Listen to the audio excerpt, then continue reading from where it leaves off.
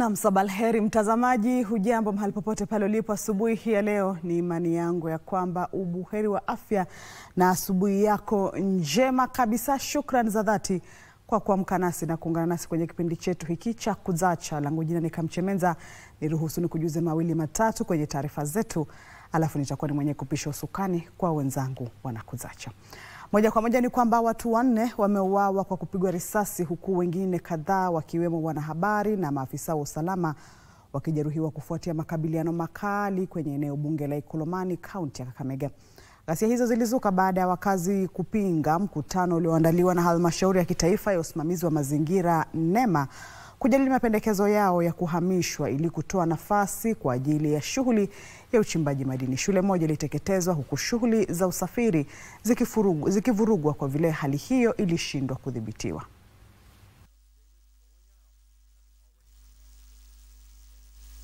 We are rejecting. Naomba serikali situmie nguvu kuja hapa kulazimisha watu. Public participation, is it forceful? Kwa nini lazima? Kama wananchi wamekataa, sasa tunalazimisha kwa nini? Kuna vijana, kundi la vijana ambao walisanyika wakazusha vurugu, ikawa vigumu kwa maafisa ambao walitakikana kwenda kukutana na wananchi kufika kwenye eneo la mkutano, na hata wananchi wakazuiwa kwenda kwenye. Kwamba kuna watu ambao wamehusishwa katika hali ya kupanga hii vurugu, kwa sababu hapo mwanzo kulikuwa na vijana wachache, lakini ghafla vijana wakawa wengi zaidi, kana kwamba kuna wengine walifanywa nini, wameletwa.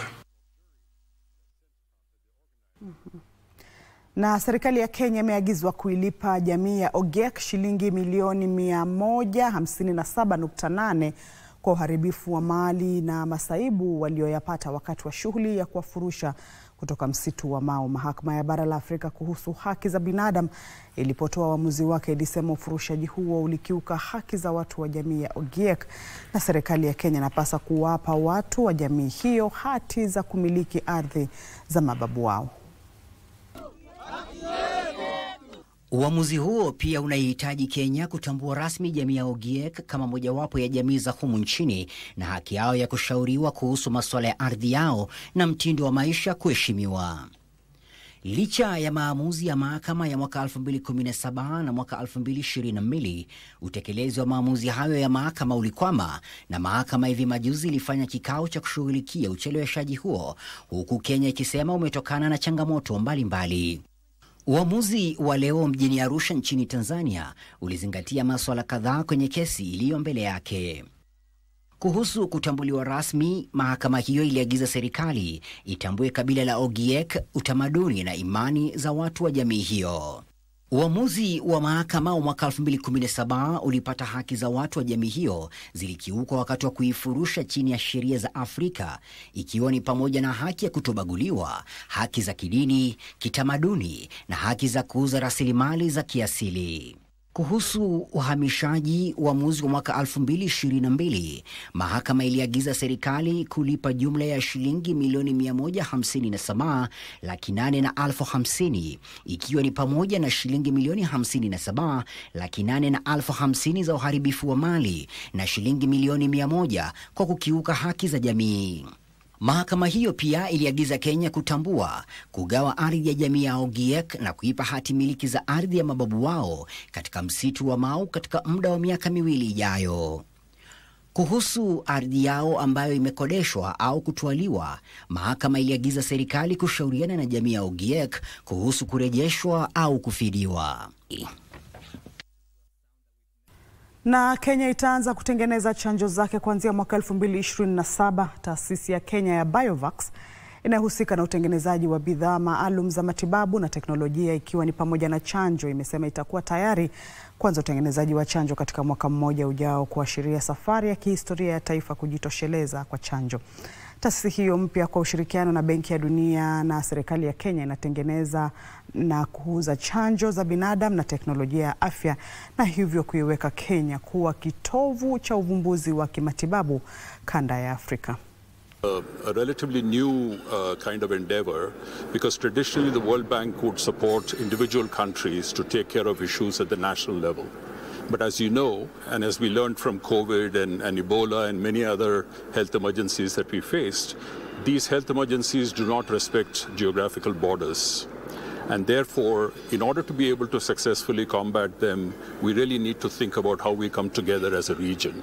This program covers 11 countries already, but Kenya is one of the initial beneficiaries.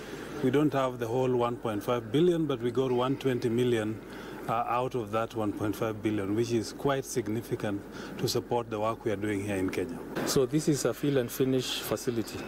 So you have the bulk drug, and then you bring it in, and then you do the fill and finish or the dosage form. So you will have 72 million doses per year. That's 6 million doses per month. And then beyond the fill and finish, you have drug substance, which will not this facility will not do, but those are the future plans. When you look at the vision, Kenya Vision 2030, this is one of the flagship projects of the government. So His Excellency the President has been very particular to this country achieving vaccine self-sufficiency.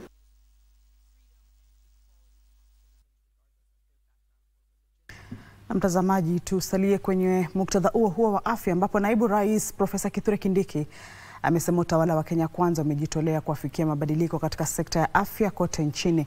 Profesa Kindiki ambaye alihudhuria sherehe ya 94 ya mahafali ya chuo cha mafunzo ya matibabu nchini KMTC katika uwanja wa michezo wa kimataifa wa Moi Sports Center Kasarani jijini Nairobi, alisema kwamba mageuzi muhimu yametekelezwa katika sekta ya afya chini ya uongozi ulio sasa madarakani. Aidha, alisema kupelekwa kwa wahudumu wa afya ya jamii kwenye vijiji vyote kote nchini ni hatua muhimu, hususan katika kushughulikia masuala ya afya mashinani. Chuo cha KMTC kiliandaa sherehe yake ya 94 ya mahafali kwenye uwanja wa michezo ya kimataifa ya Sports Center Kasarani jijini Nairobi hii leo, huku mahafala 22,776 wakifuzu na vyeti. Ni hapa ndipo naibu rais Profesa Kithure Kindiki alikariri kujitolea kwa serikali kulainisha sekta ya afya nchini. This is the first administration to employ, equip and deploy a grassroots primary healthcare workforce, 1,007 community health promoters spread in every village in Kenya to support families at household level to access essential healthcare. Naibu rais wakati huo alifichua kwamba serikali itawaajiri wataalamu wa kutosha katika juhudi za kuwezesha vyuo vya mafunzo ya matibabu kote nchini kutoa mafunzo kwa wahudumu zaidi katika sekta ya afya nchini. Nataka niwahakikishie kwamba mwaka huu tutaongeza waadhiri wa KMTC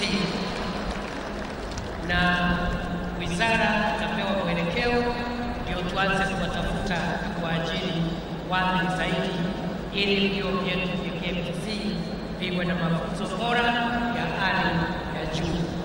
Profesa Kindiki pia alifichua kwamba serikali inadhamiria kuhakikisha kwamba wanafunzi kutoka familia zisizojiweza wanaosomea kozi mbalimbali chuoni humo wanasaidiwa. Nimesawishika ya kwamba wanafunzi wa KMTC lazima tuanze kuwasupport kupitia health. Profesa Kindiki alitumia fursa hiyo kuhimiza vijana wawe mstari wa mbele kuhubiri amani, huku akitoa wito wa umoja taifa linapokaribia kuandaa uchaguzi mkuu ujao mwaka 2027. Na mimi nataka kuwauliza vile tunajenga taifa tukiwa pamoja. Changamoto ambazo tunazo kama taifa tutaendelea polepole kuzishughulikia. Ili hali jambo la muhimu kuweka uzalendo, kupenda nchi yetu, na hata wakati kuna tofauti za kimawazo tunazungumza kama taifa, tunaelewana, tunasikizana ili tuweke amani.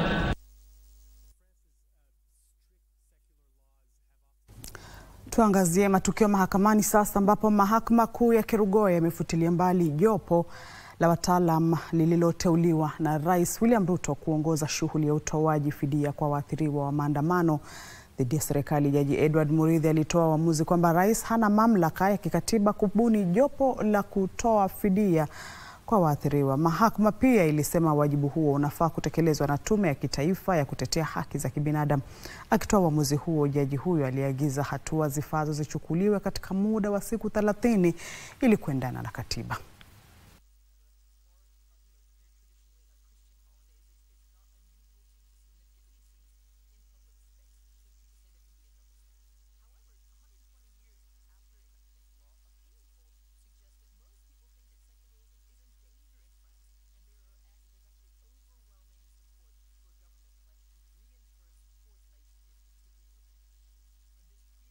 Of the consolidated petitions should be put to the Kenya National Commission on Human Rights, with mechanics as to establishment of an expert group of consultants under the provisions of its mandate.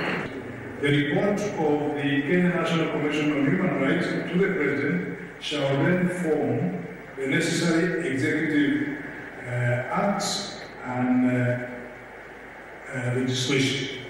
Consequently, the appropriate remedy in this petition is not the striking out or pushing of the proclamation and the Gazette appointing the panel, but allowing the necessary amendment as necessary to be done to bring them in agreement with the constitutional statutory scheme.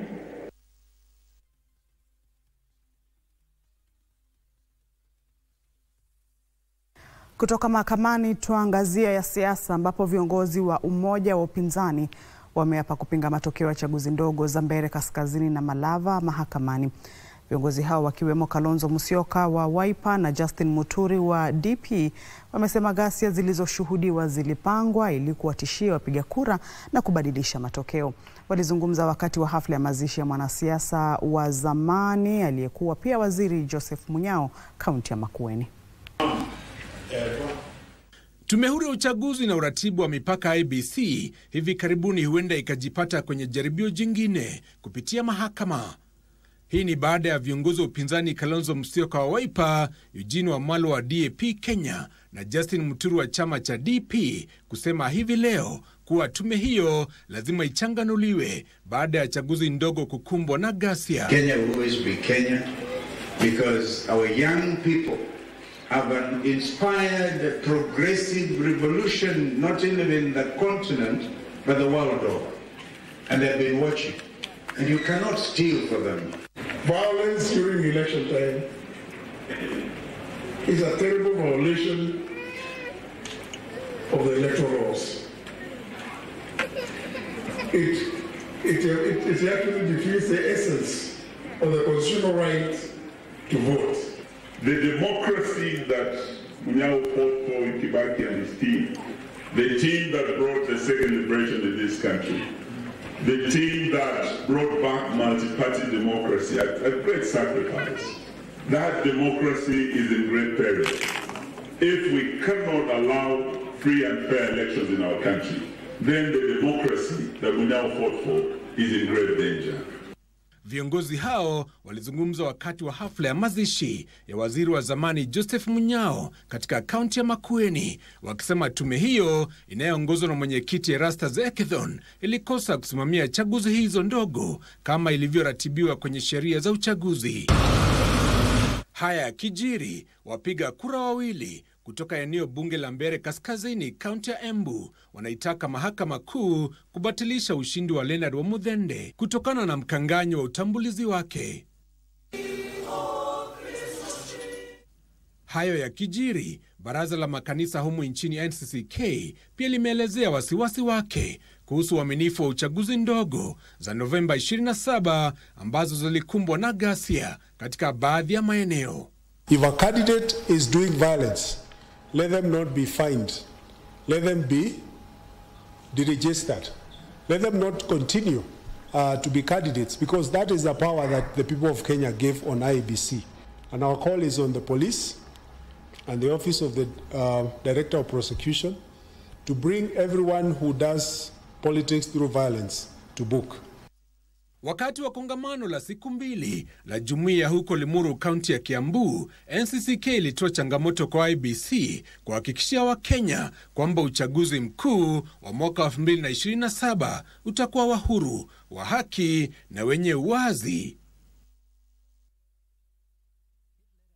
Kwenye safu ya biashara sasa ni kwamba serikali imeuza 15% ya hisa zake katika kampuni ya Safaricom kwa Vodacom kwa thamani ya shilingi bilioni 240.5 kama sehemu ya mpango wake wa kufungua uwekezaji wa kibinafsi bila kuongeza ushuru au deni la taifa hili. Baada ya mauzo hayo, serikali itasalia na 20% ya hisa katika kampuni ya Safaricom. Waziri wa Fedha John Mbadi amesema mwafaka huo unaunga mkono ajenda ya serikali ya kuvutia uwekezaji katika mali na miundo msingi muhimu. Kwa taarifa hiyo, mtazamaji, na nyingine zaidi ni katika mseto wa taarifa za biashara.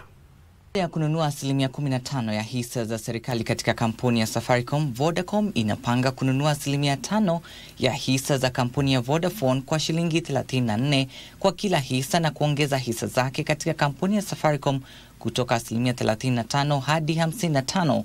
Mauzo hayo itabidi yaidhinishwe na taasisi husika za kudhibiti mauzo ya hisa za Kenya, Ethiopia na Afrika Kusini. Waziri wa Fedha anasema uuzaji huo ni mojawapo ya hatua za kwanza za kutafuta fedha za kufadhili miradi mbalimbali muhimu bila kuongeza ushuru au mzigo wa deni la kifeni kwa nchi. Our intent in taking this step is to strengthen Safaricom's ability to invest in the next wave of digital infrastructure and services, from 5G and fiber to fintech and regional expansion. That ability to invest will benefit Kenyan consumers, businesses and the economy in general.